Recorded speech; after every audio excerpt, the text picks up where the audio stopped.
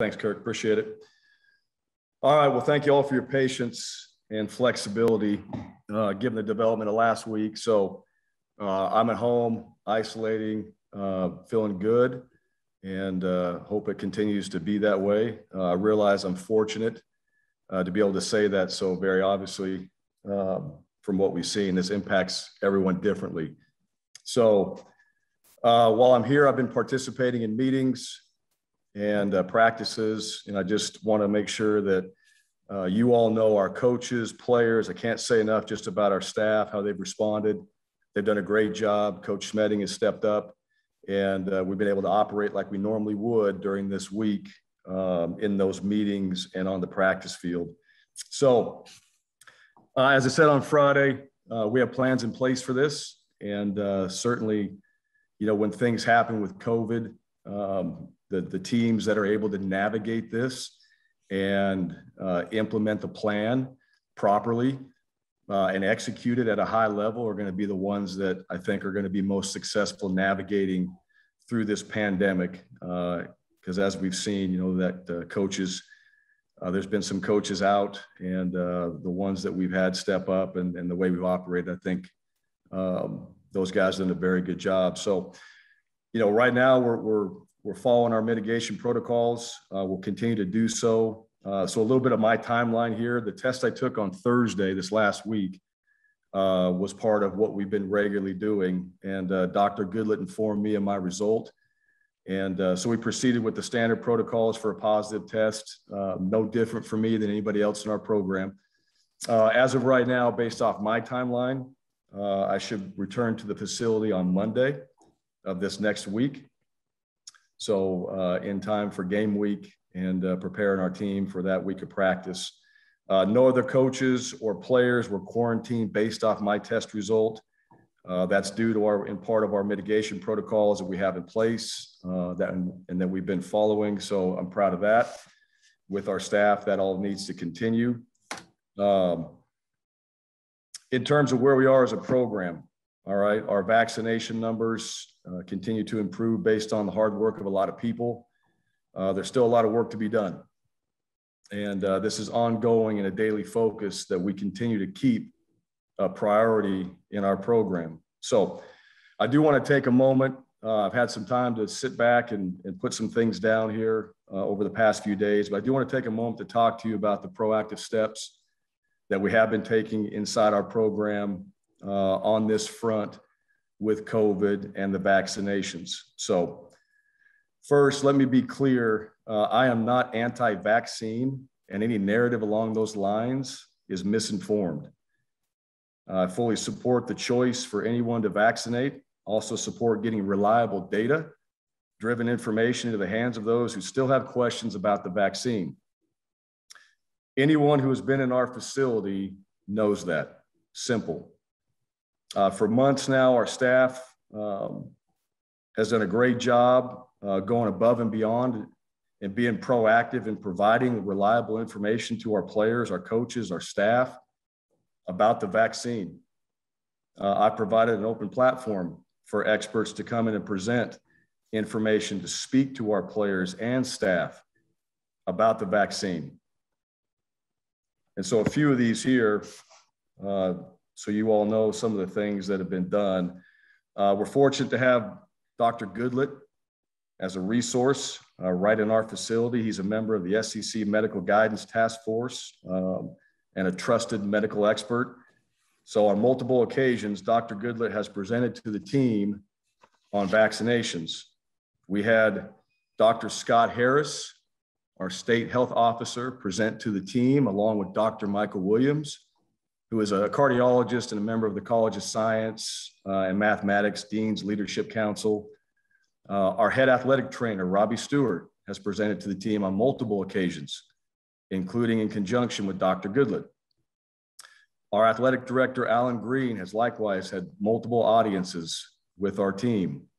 As recently as yesterday, Dr. Goose shared his candid thoughts on the vaccine with our team.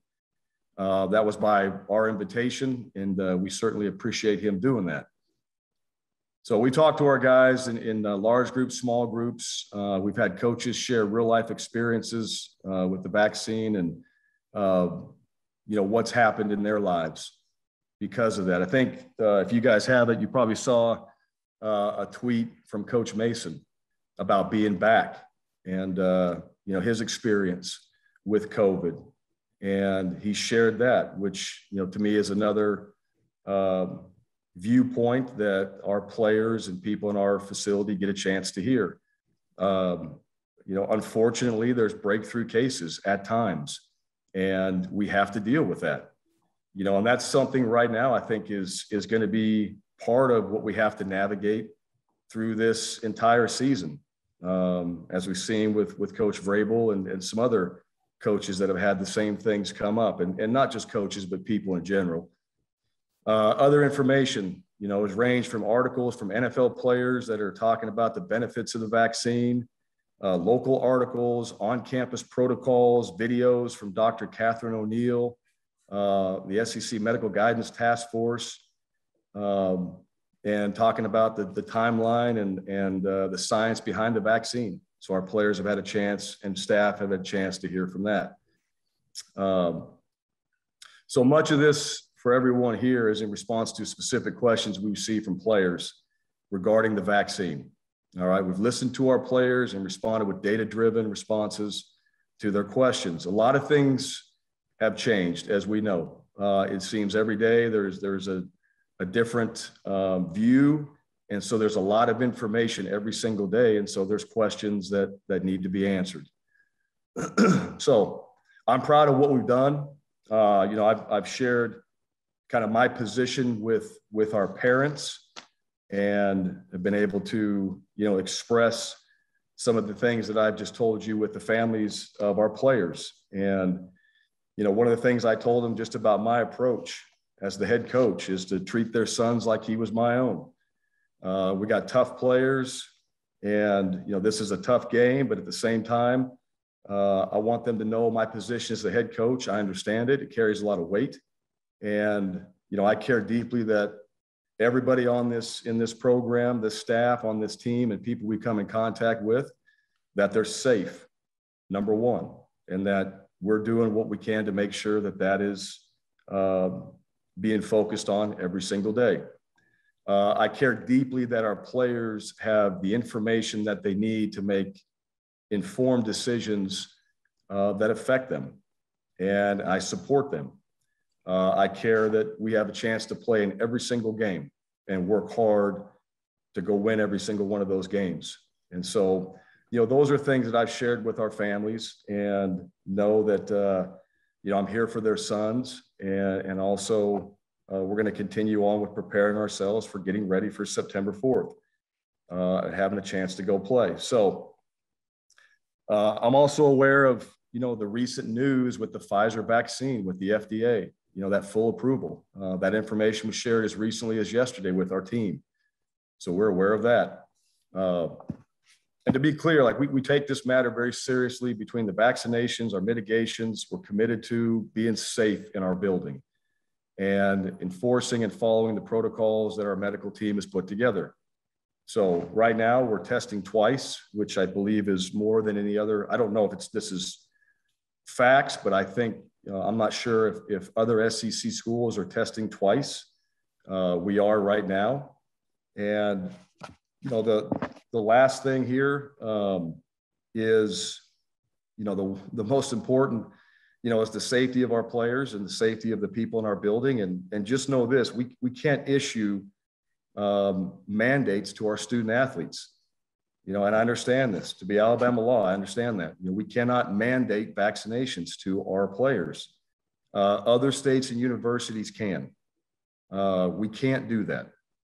So that's not a football coach's decision. All right. That's a state by state, university by university decision.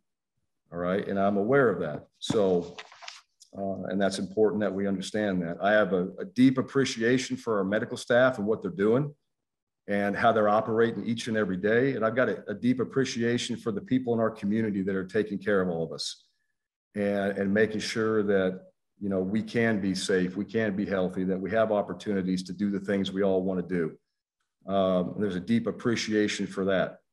And so, I share this to let everyone know just what we've done and how we've been proactive in our approach with COVID, in our information when it comes to vaccinations, and making sure that that's very clear moving forward. Along the lines of some football here, we had a scrimmage.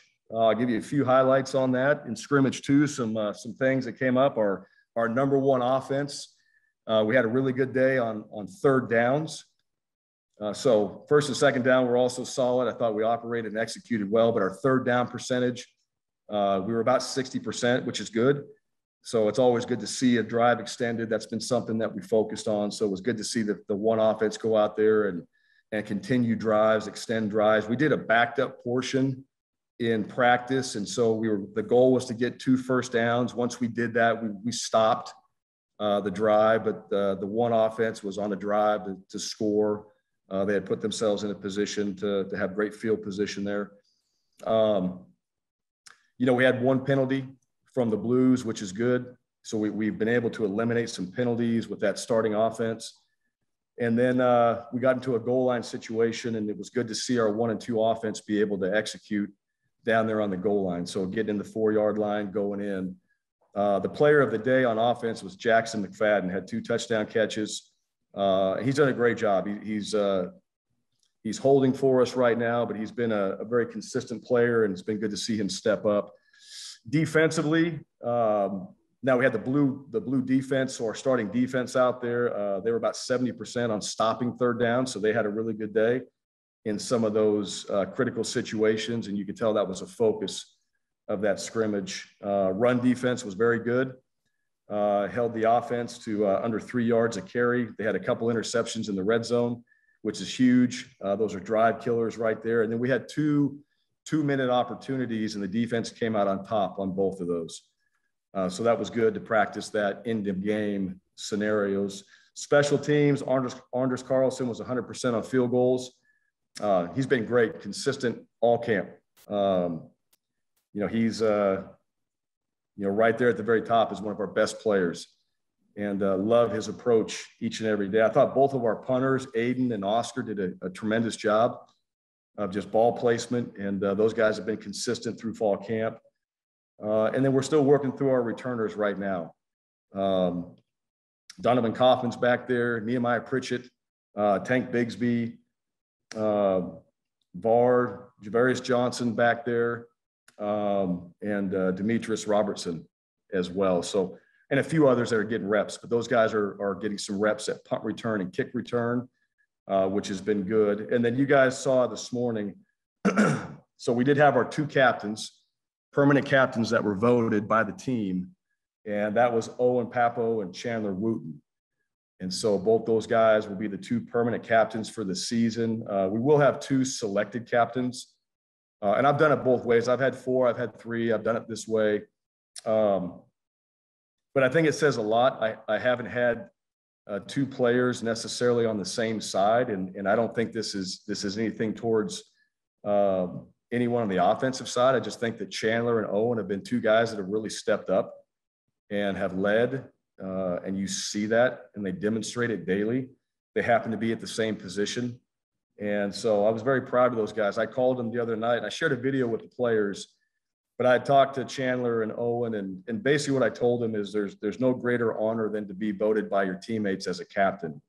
You're going to do great things in football. You're going to go on and continue to play and do all those things, but to have your teammates and your peers vote you as a captain, in my opinion, there's no greater honor. And I told those guys, hey, I didn't know you when you were young growing up, and you were little kids and had these goals and dreams of playing Division I football and playing for a place like Auburn, but look at you now, and you got voted team captain. And so, kind of, for all of us in that moment, a little bit of chills, just excited for them, and know that they're going to do a tremendous job, leading our team. So those are some highlights that we have from the football part of it. We're into our workday Wednesday practice today. Tuesday went well.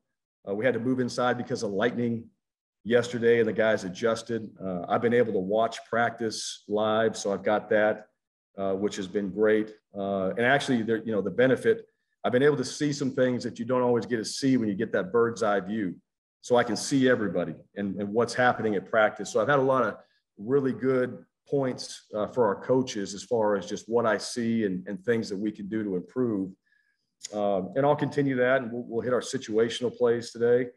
Tomorrow we'll be in helmets. Friday, we're going to do what we call a mock Friday, get ourselves prepared for what a day before the game would look like. And then Saturday is our fan fest.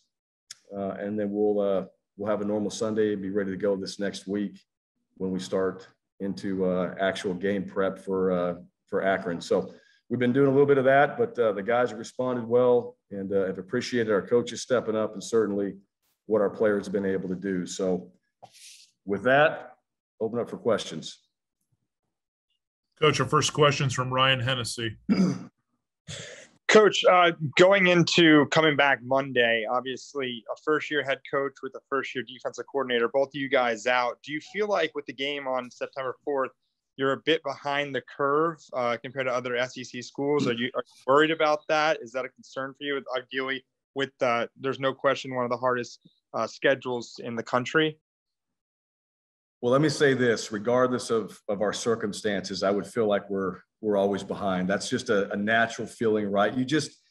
There's that urgency in that week of game prep when you know that deadline is coming. Like, hey, where are we at?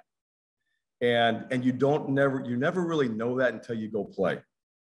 What I'd say right now, I mean, no, do I feel like from an informational standpoint, from what we've been able to put in? No, because technology has allowed it. We've been through this before. So technology, the other coaches on staff, one thing about the staff here is you have so many guys. You have analysts, you have GAs. There's a lot of people that are on the staff that have been coordinators before. And so, like I said earlier, they've stepped up game plan wise, information wise, all that, meeting wise. The players have gotten the information. But you never really know until you go out there and play. We've been going against each other so long. You got to go play somebody else. We finally got into scout teams yesterday, so we did split the team. We have scouters now that we're going against, so we're getting Akron looks completely. We do what we call service, so we do have like some of our backups that come in and give the scout looks. So you just get a little bit faster look from either side of the ball.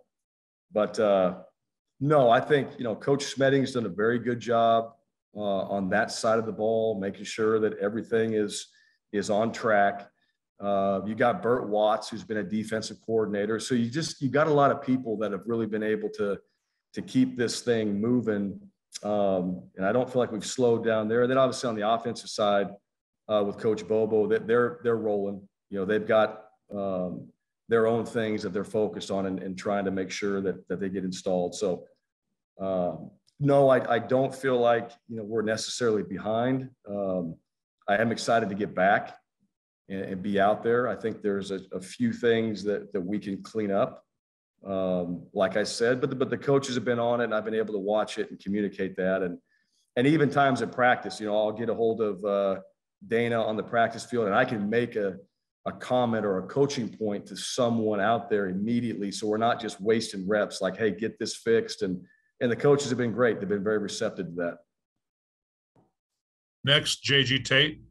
Yeah, Brian J. Tate from auburnsports.com. Question about one of your captains. Obviously, it's pretty cool to have two defensive guys do that for your season long. But Chandler Wooten goes from opted out last year to a team captain now. That's a pretty big ascension. Talk about kind of how he's evolved since you've known him. So let me tell you, my first meeting with Chandler, I knew that about him. So, I'm questioning his commitment. The first time I met him, and just understand this, I didn't know him. And we had a great conversation. He's a family man. And I said, what is it about you that, I need to know? And he said, well, I can lead. I'm a leader. And, from that point on, and he is part of our Tiger Club. He is on the leadership group. From that point on, I don't know what it was. I think he and I connected. But he's been exactly that ever since I've known him. He works hard. He shows up every day. I've got a deep appreciation for him. I care tremendously for him. I see him as obviously a football player on this team, but just as a man, as a father. And this was a special moment for him.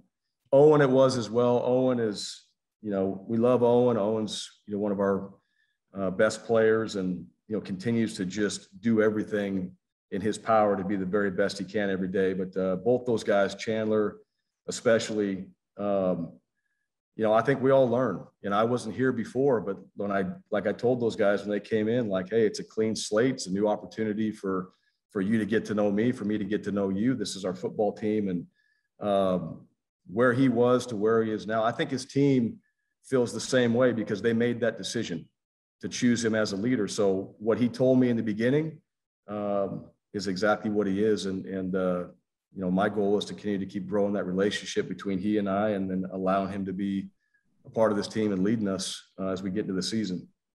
Thank you. Next, Mark Murphy. Coach, you've got 8 defensive transfers or junior college transfers on defense, 3 on offense. How big a factor do you expect those guys to be this fall? They're all playing. Let me say that. I mean, so right now, like Donovan Kaufman is in that starting role at nickel.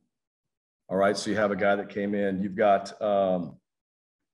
Knighton that is right there in that, boundary safety role. That's right there in the mix. Roe Torrance, he's right there in the mix at corner. All these guys that came in, they're all in the 1 and 2 deep. So they're all in that 2 deep. They're all contributing on special teams. A guy like Tony Fair. Tony Fair came in and had some things that he had to get better at, had to get himself in better shape and all that. And all that guy has done is work since he's got here, and has done everything that we've asked him to do. And you watch him out there. Just physically, he's better. Mentally, he's better, and he can play. He's got experience. He's been in games. And so I think that has helped some of those older players. When new guys come in, it's all new. It's fall camp is new. The schedule is long. There's just so much going on. You got to go from one thing to the next. And then, you have some of these more experienced players that come in here and they're like, this is what we do. And so I think that's what's helped those transfers. And I think that's one of the benefit of a transfer is, they kind of understand, what it's supposed to look like. And so, hey, this is what we do. And they're able to get to a lot of just the things that are necessary faster. But all those guys they're in the 2 deep, expect them all to contribute and play. And that was the reason why we signed them. Bennett Durando. Hey, Bryan, glad you're feeling okay. You said Thank you. Of course. You said the team vaccination is up. I'm just curious, is there an updated number for that with game week approaching right now? I don't have an updated number for you right now, but I know that every day it's, there's been more. So it's gone up. I don't have that number for you. As we get into this next week, we'll have more of what that number is, but we've been increasing daily. Well, we take that back. Not daily. We've been increasing, all right, over the past several days. Bill Cameron. You mentioned a couple of things about the depth chart, Coach. Is the offensive line set, and how do you feel about them? We're not set yet, but I feel good. Right now we got, I'll kind of go through this. At left tackle, you have Austin Troxell and Killian Zaire, those 2 guys at that position. And I'm going to kind of just go 2 deep here. Left guard, you got Brandon Council, Alec Jackson, both those guys. And they're all getting 1s and 2 reps. So just be clear on that still. At center, you got Nick Brahms and Jalil Urban. Right guard, you got Keandre Jones, Tayshawn Manning. Stutz is also in there as well. He's working between kind of right and left guard. And at right tackle, Broderius Ham and Brendan Coffey is where we are right now in that 1 and 2 deep. And so, thanks. Yeah, so that's where we're sitting right now. And those guys, and even today, there's going to be some of those guys that we're working with our Blues. Our Blues are our starters. Going into that practice, they're going to be some of those guys that flip. They're going to flip-flop between orange and blue. And so we'll have a chance to see that today. And But one of the guys I do want to point out, I think Austin Troxel has had a really good camp. He's had some injuries, but we're going to knock on wood here, and he's taking care of himself. He's a mature guy. He does what he's asked to do daily, and I think he's getting himself better and better through every practice. I've appreciated Nick Brahms' consistency. So now I think getting some of the guys to work with and communicate with, especially the guards to his left and right, are going to help him because he's had some different combinations. And then, just Brodarius, Coffey, both those guys, and Alec Jackson, excuse me, not Alec Jackson, but Killian Zaire, all those guys playing tackle in the kind of that tackle rotation. We just, we got to continue with that. We got to continue with making sure that those guys are getting reps kind of on both sides, because if something happens, we can bounce some guys around. Next is Jordan Hill. Bryan, you mentioned Coach Mason testing positive. Have there been other coaches, and how many players, if any, have also tested positive? Yeah, well, I'm not going to get into just our personnel and the positives and all that, but there's been there's been breakthrough cases and very rare. We've had right now. I mean, we're in a good position right now, and so just with the whole day-to-day operation and all that, but it's something we do have to stay on it. And there's been guys that have been out, guys are back. So I mean, right now our numbers and where we are very good. But I'm not gonna. I don't want to get into just players and who and all those things like that. We know about Coach Mason. I think that was important that he had that message, because people had asked, and we'll leave it at that. Coach, we have time for a couple more. First is Jason Caldwell. Ryan, you talked about kind of the offensive line group. What's it kind of look like at quarterback? What have you seen, I guess, from those guys now through 2 scrimmages and I guess the feel for that position? Sure. Well, right now, Bo and TJ, those 2 guys are at the top. Bo is rolling with the Blues right now, so he's taking the #1 reps. And just like I said before, going back to that second scrimmage, I thought Bo did a great job. Just the 3rd downs, the decision making, those have been emphasized by Coach Bobo. And I feel like TJ has really come on. TJ's starting to, I think he's played, but he hadn't been in this system through the spring and didn't have all that time. So just through the practices that we've had, things are starting to click for TJ. I like where he's at. I like his mentality. I think TJ's got really good command in the huddle, and Bo's done a great job of that as well. So, both those guys have been pushing each other, and but Bo is rolling with the Blues right now. We played a game right now. Bo would be starting, and I really like Demetrius Davis. He, as a young player, he continues to keep showing up. So you got 3 guys right now that are Bo, obviously, in the position that he's in. You got TJ, who's coming on and developing and just working on some fundamental things, but understands what we're doing and the decision-making process, how important that is.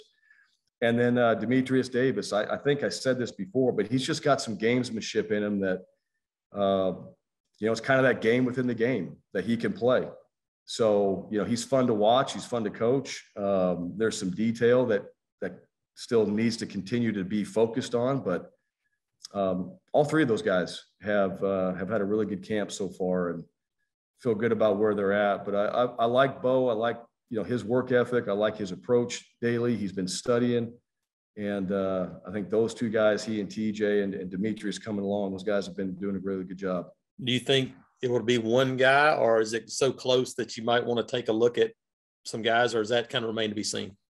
That remains to be seen. Let me say this, just, it's always one guy until it's not. That's my opinion on it. Right. And that was, if you went back to, so Brett Rippon, I remember Montel Cozart came from Kansas, transferred to Boise State.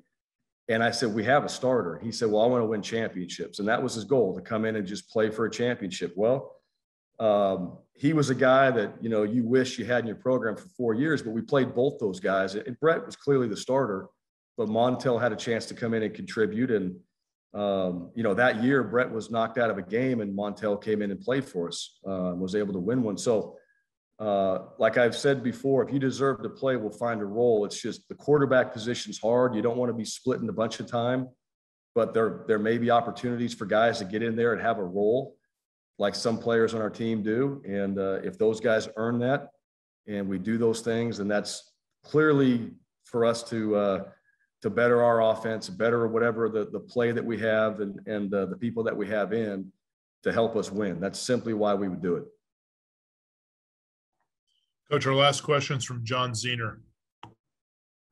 Yeah, Coach, I'm sorry to go back to the vaccination and COVID and all that, but do you feel like, given the progress y'all have made, there's a chance you can meet that 85% threshold? And do you worry that there might be a competitive disadvantage because there are the different rules and some teams are at 100% or really close? I do believe we can get there. I do believe, you know, through this whole thing, I think there's going to be, you know, just some things that, and not just us, I think, you know, what we're experiencing right now, I think other teams are going to have to navigate as well.